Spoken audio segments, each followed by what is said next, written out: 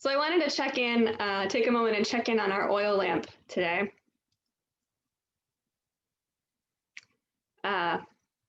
It's not keeping light very well. And I think I know the problem. I think the problem is that I don't have the right kind of oil. So I have to go out and I have to get new oil so that we can have a light that shines. And I think that this story, this symbol of this oil lamp has a little something to teach us, because sometimes, no matter how hard we try, or the best of intentions that we set out as we're trying to live our lives and live our faith, we just have the wrong kind of oil. And so we're not able to burn, or we're not able to show light in the way that we'd like to. But it's a good thing to notice, because that means that it's time to do something differently. And so it means that sometimes it means you have to change what your prayer practice is. Sometimes it means that maybe it's time to start a prayer practice. So I invite you to think about the ways that maybe you feel a little bit like this oil lamp. And be curious about what might make you feel a little bit better. What kind of fuel do you need that could help to better sustain you in these times? So we'll put this here. And also, I will admit that I've suspected that this oil lamp, I put the wrong kind of oil in it this week. I've suspected this. And I fully intended to buy a different kind of oil and order it so that it would get here in time, so we could light the lamp, and then it would be this happy moment this week. And the truth is that I just didn't get around to it. And so I think that could also serve as a reminder for sometimes those things that God is calling us to do are also the things that we put off doing. Even if they're just a simple thing like setting aside 15 minutes or 5 minutes or 2 minutes to connect with God. And so hopefully I will lead by example and order a different kind of oil for next week. So that's my promise that I will make to you all.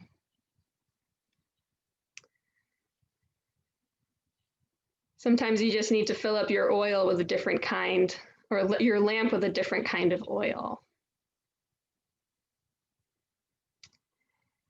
So Advent is a time of anticipation and preparation. We hear about this every year, and usually we fill this time with work like decorating and seeing friends and family and running errands and going to parties and making merry and all kinds of fun and wonderful things to help us to keep busy. The anticipation for Christmas this year has been tampered. Many of us are considering canceling family gatherings with friends. We're opting to plan smaller meals and virtual get-togethers. And we can still find joy in these gatherings. I remember as I was looking through Facebook on Thanksgiving and seeing all of these little fun moments of joy that people had posted about their small family Thanksgivings, dance parties during cleaning up, meal cleanup, and snapshots of Zoom calls with all smiling faces, and wishes of health and stamina as we enter into these dark days of December. We are still preparing for our end of the year holidays, but our preparations are a little bit different this year. They are about building the spiritual stamina to preserve and persevere what will come next. Our preparations this year are about building hope. Hope is a feeling. It points us toward a promise that we have heard before, but that we can't see or taste or hear or see or touch yet. There is hope in our waiting, even if we can't fulfill our traditions right now. We hope that there will come a time when we will be able to celebrate again. And it will be hard this year for Christians to feel like we're properly preparing for Christmas. Because preparing for Christmas means decorating and Christmas trees and a much bigger Advent candle wreath than I have here. And Christmas pageants and all kinds of things. So we're going to have to tap deep into our spiritual oil reserves to find the hope that our preparations and anticipations are trying to give us, that this Christmas tide will not be in vain and that God is still arriving. Likewise, over these last few months, I've been challenged by the directive of our denominations to avoid officiating sacraments. So we can't baptize, which I think is an interesting thing to think about when we talk about John the Baptist. Just like it's hard to imagine Christmas without decorations, I've been struggling to understand what it means to be people of faith when we can't baptize people, when we can't welcome people into this life of faith. In our Protestant traditions, baptism is something that we call a means of grace. So it's a ritual that we do when people feel the movement of the Holy Spirit in their hearts that calls them into a life of discipleship. It's an initiation. We hold a baptism together in church as a way of affirming that we have witnessed God's love working in and around someone, or in and around a family, those who are being baptized. And even if we're not able to officiate a baptism, even if we're not able to put our hands on one another and provide a blessing, the Holy Spirit is still moving in our lives. That activity of the Holy Spirit hasn't stopped. Even if we are not sure that it's safe to affirm it in the way that we're used to. God is still at work purifying our spirits, preparing us to take this next step, whatever that next step is, that God is calling you towards on your pathway of faith, your journey of faith. We baptize people, well, because John did, because Jesus was baptized by John. We consider baptism to be sacred, a sacred sacrament, because it's something that Jesus went through.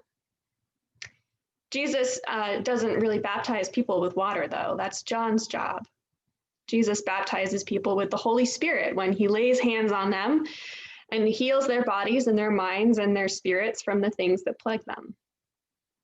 John baptizes with water, and he promises that another baptism will come later. He speaks of hope, something that's promised that has yet to be fulfilled. This second baptism, this baptism of Jesus, comes through the fire of the Holy Spirit. The second baptism is the transformative power of Christ's resurrection. It's this mission that Christ comes to fulfill. And it is this second baptism, the work of the Holy Spirit moving in our hearts, that we work to prepare for. Baptism is more than just something that happens to us or something that a clergy person does to infants. It's a moment of transformation, the initiation into the Christian faith. It is when we commit, you make a personal commitment to pursuing a life together with God. The ritual is more than just something that you do once and forget about, but it marks the beginning of a lifelong process. The mark of our baptism follows us through all of our lives. Remember that you have been baptized and that you have been wiped clean of the mark of sin. That's what our tradition tells us. John the Baptist calls out into the wilderness to baptize people. John the Baptist gathers many followers as he does his work, but he does not allow himself to reach guru status. He does not allow himself to become a spiritual rock star. He does not allow his followers to worship him. Instead, he teaches them the way of faith. He teaches them the laws and the codes and the stories of the Hebrew Bible. He shows them how to look for Christ. John points people towards the future. He says, I am not the one, but the one is coming. And so he clears the way for Christ's ministry to take roots in the hearts, souls, and minds of the people. The waters of baptism are not the final word. They do not fix what is broken in us, but they do work to wash the stains away. There is only so much work that water can do after all, but sometimes it's enough to give us some hope. So I have a pastor story to share with you all today, and I will admit that it is not my story, although I think it's a wonderful story. This is the story of a pastor friend of mine who works on the Connecticut shoreline in Essex. And I met him in a training for clergy who were interested in building stronger community relationships and to help learn how to use our relationships to address community issues together. And so we bonded over being the only Protestant churches in our town, in our separate towns. And when I told him that I grew up in North Jersey, he said, oh, I have a story about New Jersey. Because he had done his seminary internship in Camden, New Jersey. Now, if that name of the city doesn't resonate for you, Camden is a pretty rough city. Probably one of the roughest cities, not just in New Jersey, but in the country.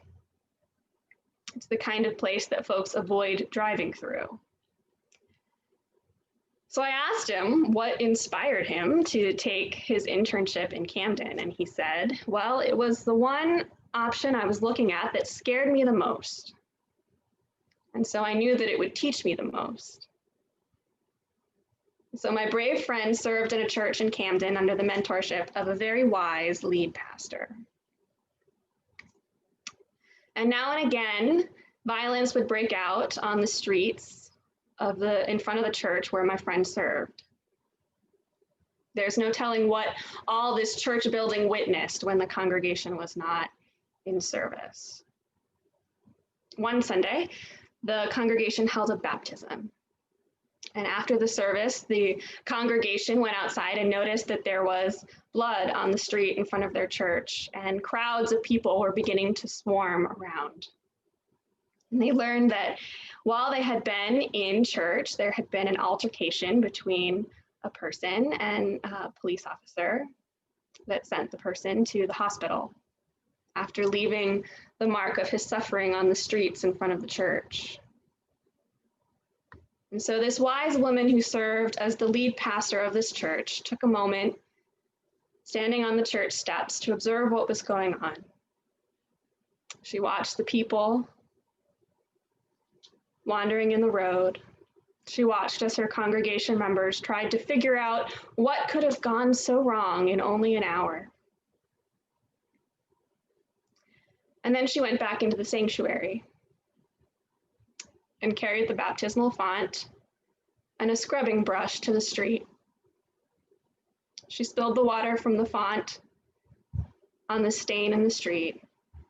She knelt down on the ground and she scrubbed the stain off the road. She cleaned the blood off the street with the waters of baptism. Her actions didn't change anything, really. She didn't fix the situation. She didn't heal the man who'd been hurt. She didn't restore the relationship between the community and the police. What her actions did do was it taught the people that even in the darkest moments, even when we are suffering from things that we dare not speak about out loud, even when we witness unspeakable things, that God's grace is still available to us. That the waters that flow from the baptismal font of God's throne are still working. They're still running. They're still washing over us, cleansing us, wiping away the marks that sin leaves on our souls, and preparing the way for Christ to come through, so that when he arrives, that we will be ready for him to put his hands on our wounds and make us whole again. The actions of this pastor who scrubbed blood off the street with baptismal water uses this ritual of baptism to teach us about hope. That we might not see the love of God in our streets. We might not see the love of God in the headlines or on the news. We might not even see it in our own families, but it is still with us as a promise, just outside of our reach, but strong enough to feel, strong enough that we can point to about where it is, strong enough that we feel it coming and can anticipate it. We have not seen the fullness of this salvation yet.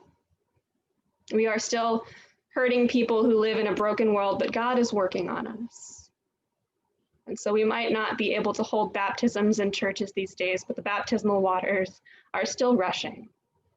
They are still making the way straight for this new thing that God is about to reveal. And so just like John the Baptist makes a way for Jesus Christ, hope is making the way straight for the love of God to shine into the world. Hope is promising that God is coming.